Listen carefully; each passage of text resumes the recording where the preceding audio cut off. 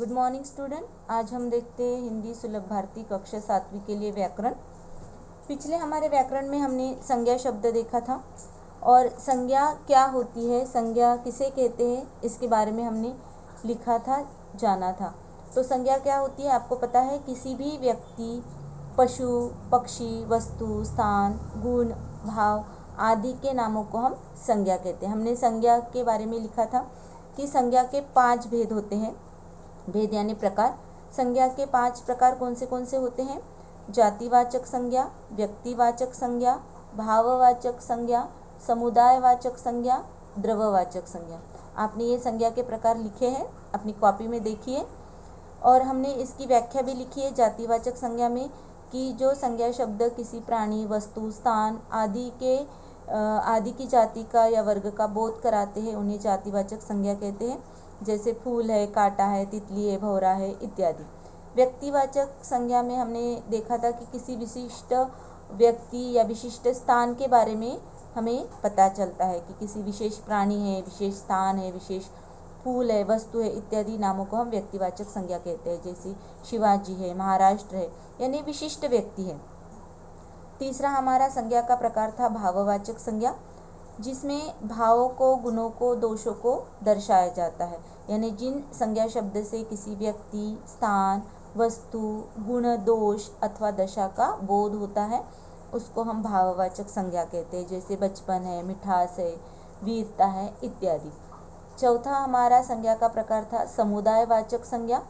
जिन संज्ञा शब्दों से किसी वस्तु या समूह के अथवा झुंड के होने का बोध होता है उसको हम समुदायवाचक संज्ञा कहते हैं। जैसे परिवार है, भीड़ है, चाबी का गुच्छा है, सेना की टुकड़ी है, विद्यार्थियों का समूह है इत्यादि। द्रव्यवाचक संज्ञा में किसी द्रव, धातु या पदार्थ के होने का बोध होता है, वह द्रव्यवाचक संज्ञा कहलाते हैं। जैसे तेल है, तेल द्रव्यवाचक संज्ञा है। गेहूँ है क्योंकि गेहूँ का ढेर लगता है ना, तो वो पदार्थ होते हैं। या सोना, चांदी, तो इत्यादि वस्तु को, इत्यादि पदार्थों को हम द्रव्यवाचक संज्ञा कहते हैं। तो बच्चों आज हम थोड़ा सा रिवाइज कर लेते हैं लिंग वचन के बारे में भी। आपको पता ही है, आपको चौथी कक्षा से ही वचन और लिंग हो चुके हैं। तो वचन यानी क्या होता है? शब्द के जिस रूप से संज्ञा की संख्या का बोध होता है। संज्ञा हमने अभी देखा है। तो शब्द के जिस रूप से संज्ञा की संख्या का बोध होता है, वो संख्या कितनी है, एक है या ज़्यादा है, तो उसको हम वचन कहते हैं। वचन के 2 प्रकार होते हैं, एक वचन और बहुवचन। वचन के 2 प्रकार होते हैं, एक वचन और बहुवचन। एक वचन किसे कहेंगे कि किसी एक वस्तु, व्यक्ति या स्थान का बोध होता है। केवल एक ही वस्तु होती है, वो एक ही वस्तु, स्थान, व्यक्ति या कोई भी चीज़ एक होती है, तो उसको हम एक वचन कहते हैं। बहुवचन में अनेक व्यक्ति, वस्तु, स्थान का बोध होता है, यानी वह वस्तु बहुत सारी हो सकती है। बहुवचन यानी इसकी व्याख्या ये है कि अनेक व्यक्ति, अनेक वस्तु, अनेक स्थानों का हमें बोध होता है, तब वह बहुवचन होता है या तब वह बहुवचन कहलाता है। जैसे यहाँ पर लड़का है, लड़का एक वचन में आता है क्योंकि ये अकेला है। लड़के बहुत सारे आते हैं तो एक वचन, बहुवचन। लड़का एक वचन, लड़के बहुवचन। नदी एक वचन है क्योंकि नदी एक है। नदियाँ अनेक है यानी बहुवचन में आती है। तो हिंदी में केवल 2 ही वचन होते हैं, एक वचन और बहुवचन। एक वचन और बहुवचन। अब हम थोड़ा सा लिंग की तरफ चलते हैं, लिंग देख लेते हैं। आपको ये भी चौथी कक्षा से हो चुका है। लिंग पुरुष या स्त्री जाति का बोध कराने वाले शब्द को हम लिंग कहते हैं। पुरुष या स्त्री जाति का बोध कराने वाले शब्द को लिंग कहते हैं। लिंग 2 प्रकार के होते हैं, पुल्लिंग और स्त्रीलिंग। पुल्लिंग में जैसे घोड़ा है, मोर है, लड़का है, ये सब पुरुष जाति का बोध कराते हैं। ये जो शब्द है ये पुरुष जाति का बोध कराते हैं। अब पुरुष जाति के शब्दों को हमने परिवर्तित किया है स्त्री जाति में। जैसे घोड़ा है, पुरुष पुल्लिंग आता है, घोड़े को हमने स्त्रीलिंग में बदला, घोड़ी हो गया। मोर पुल्लिंग में आता है, पुरुष जाति का बोध कराता है, उसको हमने स्त्री जाति में कन्वर्ट किया है, स्त्री जाति में उसको हमने चेंज किया है, स्त्रीलिंग हो गया है मोरनी। लड़का पुल्लिंग है, उसको हमने स्त्री जाति में बदला है, लड़की हो गया स्त्रीलिंग। तो लिंग दो प्रकार के होते हैं, पुल्लिंग और स्त्रीलिंग।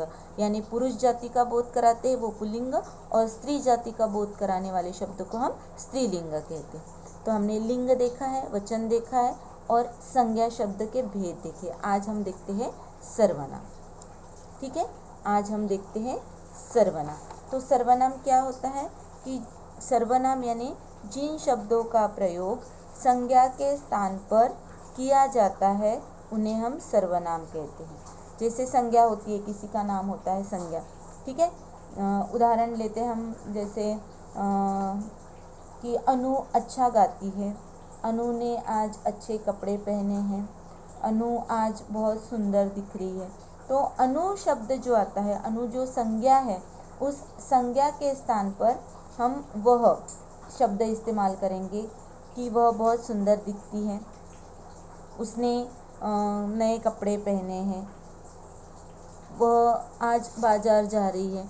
तो संज्ञा के स्थान पर जो शब्द हम इस्तेमाल करते हैं उनको हम सर्वनाम कहते हैं। यानी जिन शब्दों का प्रयोग संज्ञा के स्थान पर किया जाता है उन्हें हम सर्वनाम कहते हैं। जिन शब्दों का प्रयोग संज्ञा के स्थान पर करते हैं उन्हें हम सर्वनाम कहते हैं। सर्वनाम में कौन से शब्द आते हैं? सर्वनाम में आते हैं वह, वे, मुझे, मैं, हम, तुम, यह इत्यादि। तो ये शब्द सर्वनाम हो सकते हैं। ये सर्वनाम के 4 प्रकार हैं। सर्वनाम के कितने प्रकार हैं? सर्वनाम के 4 प्रकार हैं। कौन से प्रकार हैं? पुरुषवाचक सर्वनाम, निश्चयवाचक सर्वनाम, अनिश्चयवाचक सर्वनाम और प्रश्नवाचक सर्वनाम। सर्वनाम के कितने प्रकार हैं? सर्वनाम के 4 प्रकार हैं। 4 प्रकार कौन से? पहला है पुरुषवाचक सर्वनाम, दूसरा निश्चयवाचक सर्वनाम, तीसरा अनिश्चयवाचक सर्वनाम और चौथा प्रश्नवाचक सर्वनाम। अब सबसे पहले हम पुरुषवाचक सर्वनाम देखते हैं। पुरुषवाचक सर्वनाम में क्या होता है? मैं, वह, तुम इत्यादि शब्द आते हैं। पुरुषवाचक सर्वनाम की व्याख्या अगर हम करें तो इस प्रकार होती है कि बोलने वाले, सुनने वाले तथा जिसके विषय में बात की जाए उसके नाम के बदले में आने वाले सर्वनाम शब्द को पुरुषवाचक सर्वनाम कहते हैं। अब बोलने वाला जैसे मैं है, तुम है, हम है इत्यादि, सुनने वाले तू, तुम, तुमको इत्यादि, और जिसके विषय में हम बात करते हैं कि वह, वे, ये, उसे इत्यादि। तो इस तरह से पुरुषवाचक सर्वनाम होते हैं। उदाहरण लेते हैं कि मैं प्रतिदिन टहलने जाता हूँ, तुम कल कहाँ गए थे इत्यादि। दूसरा हमारा सर्वनाम का प्रकार है निश्चयवाचक सर्वनाम। निश्चयवाचक सर्वनाम किसे कहेंगे? कि जिस शब्द से किसी निश्चित व्यक्ति, वस्तु या स्थान का बोध होता है, निश्चित वस्तु का बोध होता है, निश्चित व्यक्ति का बोध होता है, उसे निश्चयवाचक सर्वनाम कहते हैं। इसमें यह, वह, यह, वे, वही इत्यादि शब्द आते हैं। जैसे यह अंशु का घर है, वह तुम्हारी किताब है, वही ऋतु है, तो इत्यादि निश्चयवाचक सर्वनाम में आते हैं। यानी निश्चित होता है हमें कि यही अंशु का घर है, यही तुम्हारी किताब है, यही ऋतु चल रहा है इत्यादि। तीसरा हमारा सर्वनाम का प्रकार है अनिश्चयवाचक सर्वनाम। अनिश्चयवाचक सर्वनाम में हम क्या कहेंगे? कि निश्चित नहीं होता है, कुछ भी निश्चित नहीं होता है, अनिश्चित होता है। जिन सर्वनाम शब्दों से किसी निश्चित व्यक्ति, वस्तु या स्थान का बोध नहीं होता है उन्हें अनिश्चयवाचक सर्वनाम कहते हैं। जैसे उदाहरण लिया है हमने, दरवाजे पर कोई है, तो इसमें कोई शब्द आया, हमें पता नहीं है दरवाजे पर कौन है, अनिश्चित है, निश्चित है, क्योंकि हमें निश्चित पता नहीं है कि दरवाजे पर कौन आया है। माँ मुझे कुछ खाने को दो, कुछ, ठीक है, कुछ भी खाने को दो मुझे। माँ द्वारा दिया गया खाना कुछ निश्चित नहीं है कि माँ आज क्या खिलाने वाली है या माँ आपको क्या खाने को देने वाली है। तो कुछ खाने को दो यानी निश्चित नहीं है, इसको हम अनिश्चयवाचक सर्वनाम कहते हैं। चौथा हमारा प्रकार है सर्वनाम का प्रश्नवाचक सर्वनाम।